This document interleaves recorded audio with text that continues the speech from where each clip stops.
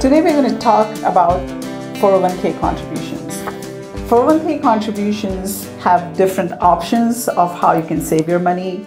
They have pre-tax, Roth, employer match, and a post-tax 401k contributions.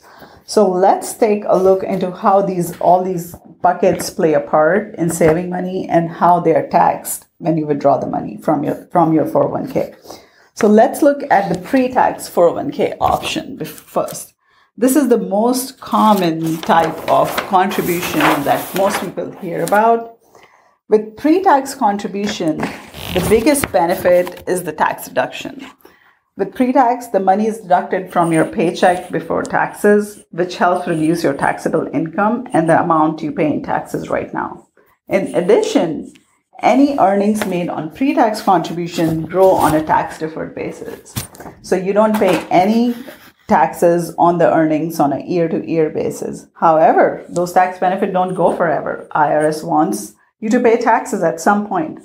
So what happens is that when you withdraw the money from your account at retirement, then you are subject to ordinary income tax on your contribution as well as the earnings. So let's take a simple example of pre-tax 401k contribution. So if your income is $10,000 and you fall in the 25% tax bracket, hypothetically, you would owe $2,500 in taxes. However, if you are making $1,000 of pre-tax contribution, your taxable income is reduced to $9,000. So 25% of $9,000 is $2,250. So you see that you have reduced your taxes by $250 by making the simple pre-tax contribution. Now, let's take a look at the second portion or a second option that you have in your 401k, which is called the Roth 401k option. Now, contributing to a Roth 401k has different benefits. It's considered after tax. So even if you contribute $1,000 to your Roth 401k, your taxable income will still remain $10,000 and you will still owe $2,500 in taxes this year.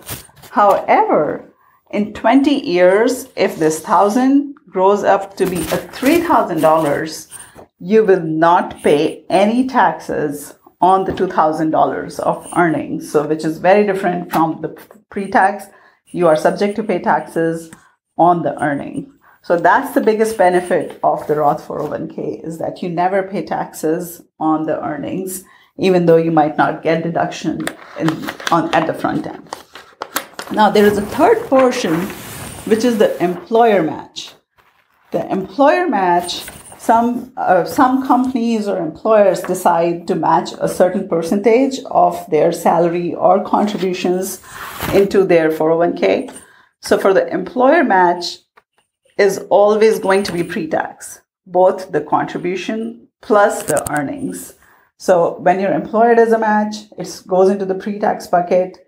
And when you withdraw the money, even if you are making Roth 401k contributions, when you withdraw the money, you will have two buckets, which is going to be the Roth and the other one, which is going to be pre-tax contribution, which comes from your employer match. Now, let's look at another option, which is called the post-tax 401k contribution. Now, this is where the 401k becomes very interesting. Not a lot of companies offer this. Only some 21% of the companies in the US offer this. And it's mainly offered to benefit the higher income employees or the higher earning members of the company.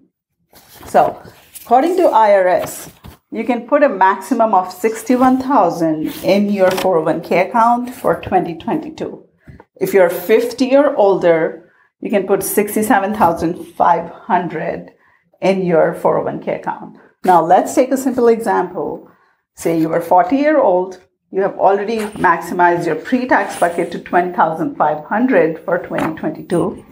Your employer has matched 50% match and has given you $10,250 in your 401k.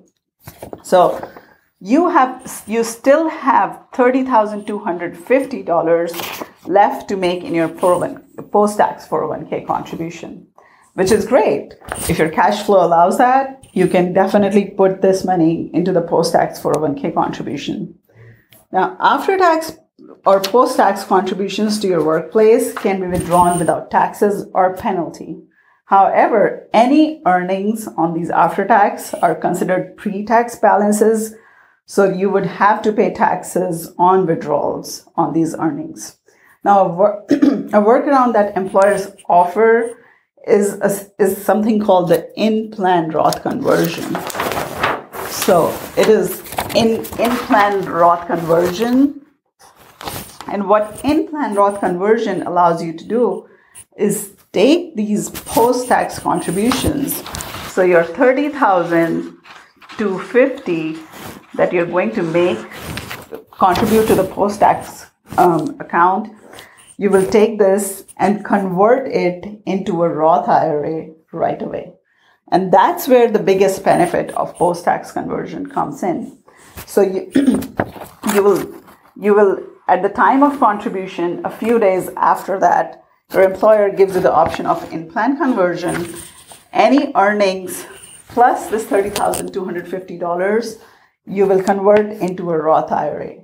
So if you were invested in this account for just say 30 days and you have a small gain of $200, you just pay taxes on this $200 right now, then convert the total amount to Roth IRA.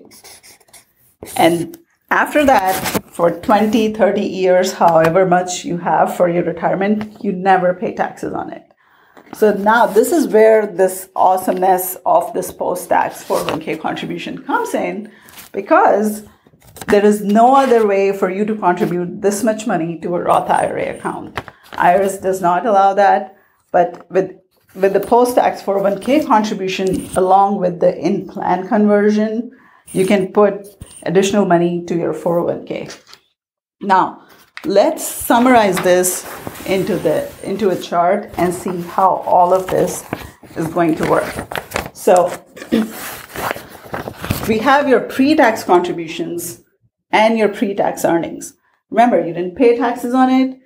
You got a tax deduction. So all of this will go into your traditional IRA bucket when you take this money out from the 401k. Your Roth contribution and your Roth earnings, you did not get a tax deduction on it, so it will go into the Roth IRA bucket when you take the money out. Your employer match and employer match earnings will always go into your traditional IRA bucket. Post-tax contributions, it was post-tax, so it will always go into the Roth IRA bucket. The post-tax earnings, if there is no in-plan conversion, it will go into your traditional IRA bucket. However, if there is in-plan conversion,